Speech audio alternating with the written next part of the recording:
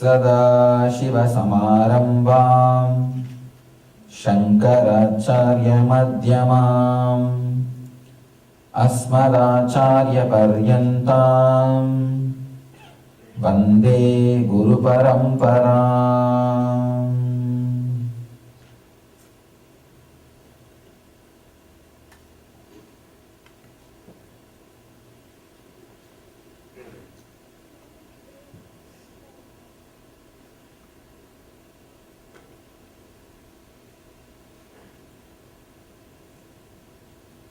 I welcome you all with my love and respect. I thank Gujarati Samaj of Oklahoma for hosting this event, and blessings to all of them.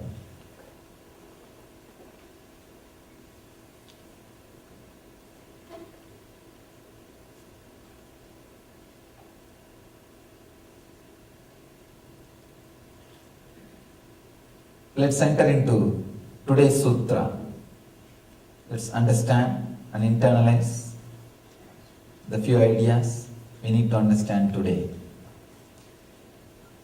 We are continuing the same sutra from yesterday. I'll read the sutra and give you the translation, then we'll enter into the meaning.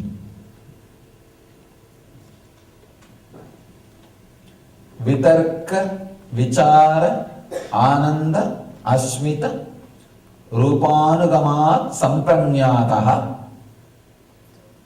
Patanjali is explaining to achieve first state of enlightenment. You see the ultimate enlightenment, what he calls Kaivalya. Till you achieve that enlightenment, you go through different experiences, which he calls different kinds of samadhis, different levels of samadhis. Here, he is giving us technique to achieve the first level of samadhi. We need to know first, why do we need samadhi first of all? It's not our food and bedroom and clothes are enough for life. Why do we need samadhi at all? What is the necessary to know about this samadhi? Please understand. I can say this is the ultimate luxury a man can have. Ultimate luxury a human being can have is opening our connection to the cosmic consciousness. Sometimes these great ideas, words, they happen in our life once in a while like a breeze, and after a few days you forget about them. You are caught in your regular routine, in your regular life. Again, after some time, when you get a chance to see somebody like this, some ideas, again they touch you. Again, you forget about them in your life, you carry on in your life. Again, sometime, once in a while you come in contact. That is the reason we don't understand how important the necessity of the samadhi experience. Please understand. A born blind man can never understand what he is missing. Same way, a person who has not experienced samadhi even once can never understand what he is missing. It's a whole another dimension of life. Whole another dimension of life.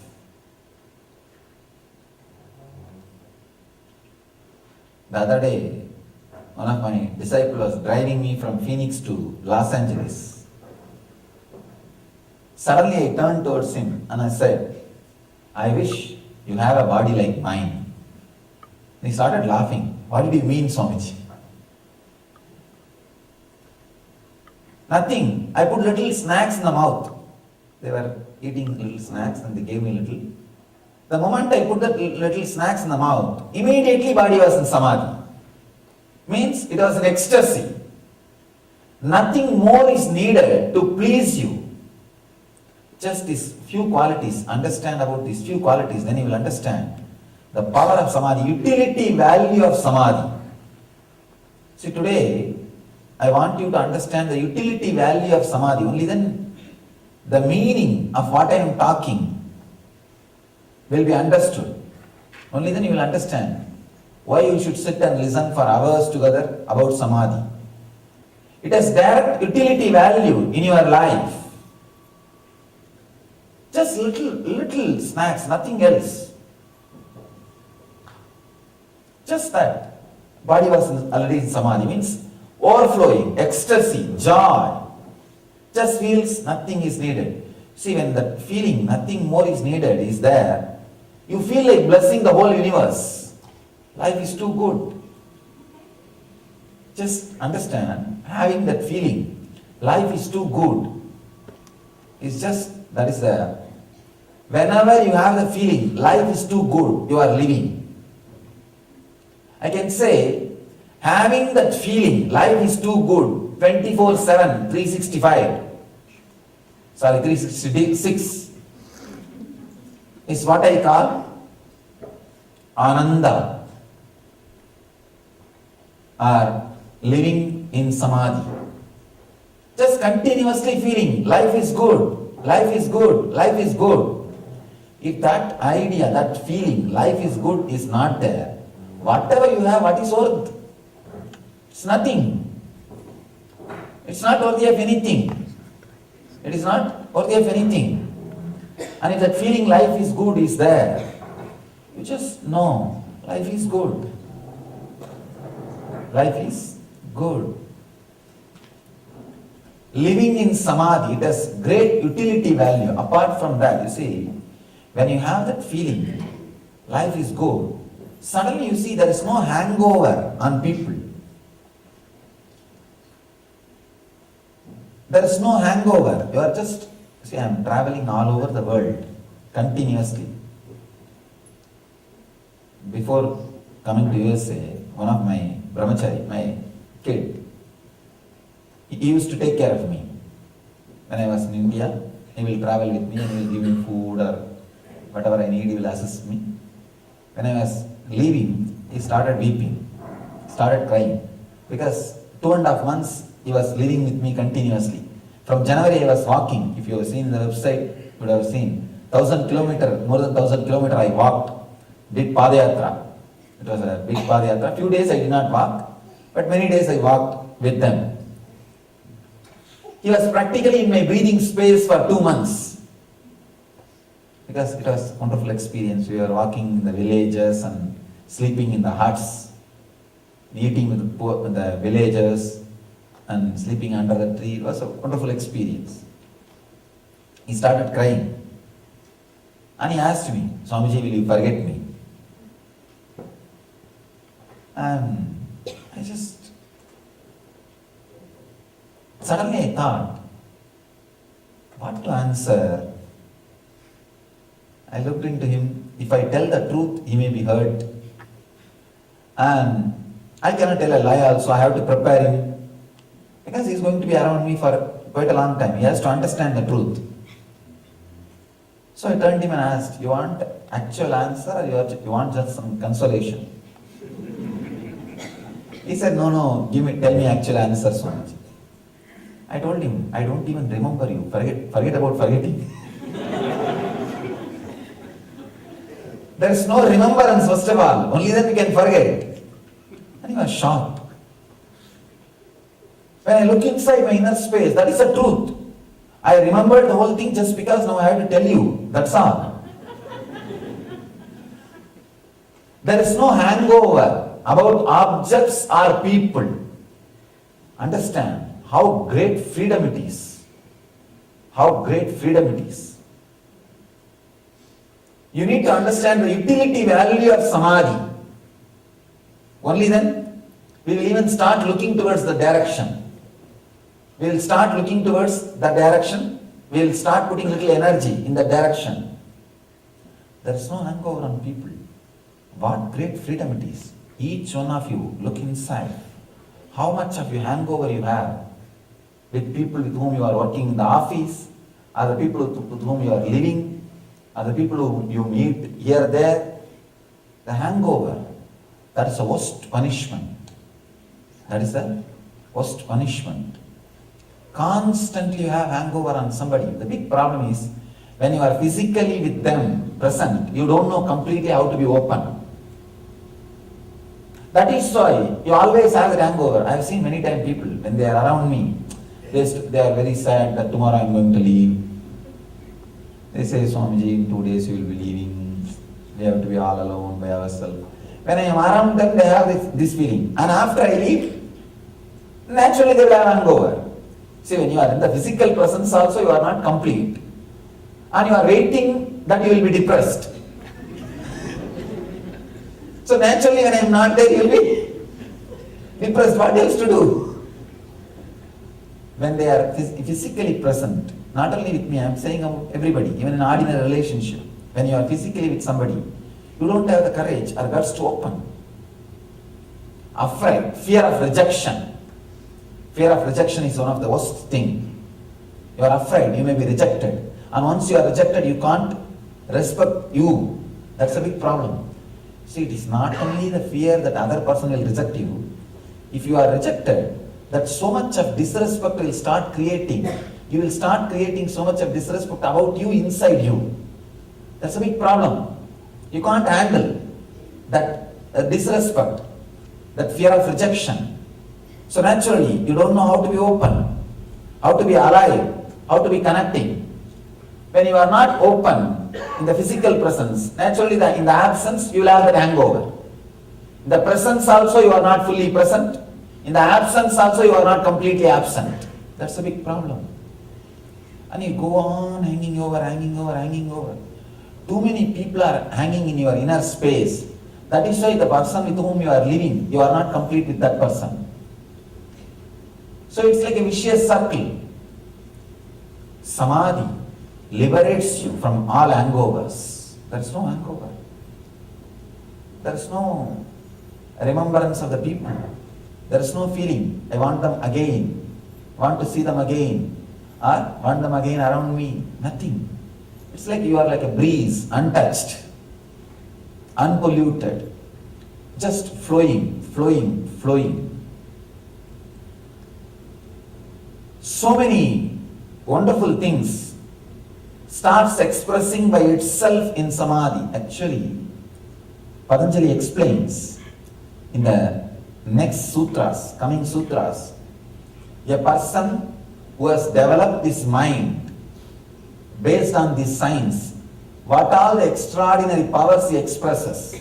It's a pure science. You see, it's like if you study in the field of law and specializes and do some higher level degrees, you will be able to practice in all these courses, you will be able to do all these things, you will have all these powers. Just like that, it's a science. If you study this, do this, then you will handle all these extraordinary powers and energies and life. It's a simple science. The big problem is, in the young age, we are not taught, and we never had a time to spend, we never had a passions to practice. So finally we dumped the whole science itself as useless. It is not. It is a living science. There is no expiry date for Bhagavad Gita and Patanjali Yoga Sutra. There is no expiration date. There is no expiration date. They are truth till today. They are relevant till today, the day they are uttered. I can say more relevant. Especially Patanjali Yoga Sutra and all, more relevant. The stress level in the modern civilization. And the modern civilization is facing an important problem. All the things needed in the outer world, everything is overflowing, fulfilled. The luxury, comforts, infrastructure, everything. And suddenly human beings have realized there is no hope just in the outer world. There is no hope. They have seen the extreme. It's all done. There is no more hope in the outer world. Whether it is in the medical field, or in the technology, or in the communication, or in the lifestyle, in everything, the amount of research and development done, Now we have doctors for upper jaw and lower jaw. Different dentists. Forget about dentist specialists. Even in the dental field, dentistry field, so many different varieties, different specialists. In any field, and human expectancy also has increased. The life, everything. We have seen the outer world to its extreme. Humanity is facing a big danger. The other day I was reading an article in a newspaper. People are feeling loaded about the elderly people in many countries because the human life is more now. Load is not just the food or the infrastructure, the clothes or home. The load, that how to keep them excited and how to entertain them. The other day I was reading an article in above 60. The suicide rate is such. The government is trying all possible things to stop the suicide rate. Suicide rate in above 60 people. And they say you can have a person to entertain you. Assistant, we will pay for that. They are doing all sorts of things to cut down the suicide rate. I am saying in many countries this is a big problem. We learned how to keep a man, how to add years to the life. But we have not learned the science of how to add life to years. Understand? Prepare your body after preparing your mind to live long. Otherwise, don't prepare. Better to die early. No, really, it will be hell.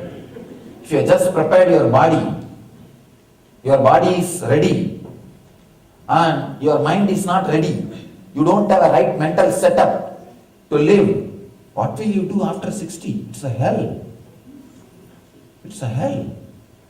Better to leave early than just dragging.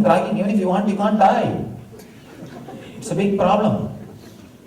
So first, prepare the mind to live. Living without the load of the past. Ability to live with the present. And ability to live without that memory, without the load, without that constant bragging about the past. Ability to connect with the present directly. And ability to handle loneliness. Converting or transforming loneliness into aloneness. Being in peace, being in tune with that aloneness. And respecting yourself, not internalizing the idea given by society, now you are useless. Now you are not needed. You are just hanging. Naturally, society is going to give that idea to you. Do not internalize that. Ability not to internalize that idea inside and retaining the self-respect. Prepare your system first. Prepare your mind first to live long. Then prepare the body. Then prepare the body. I can say Samadhi is one of the best way to prepare your body. Prepare your mind before preparing your body for the old age. If you are above 60, take 1 year and spend your time and energy on working on this Samadhi. Understanding, internalizing and meditating. Take 1 year. I say it will be worthy. It will be worthy.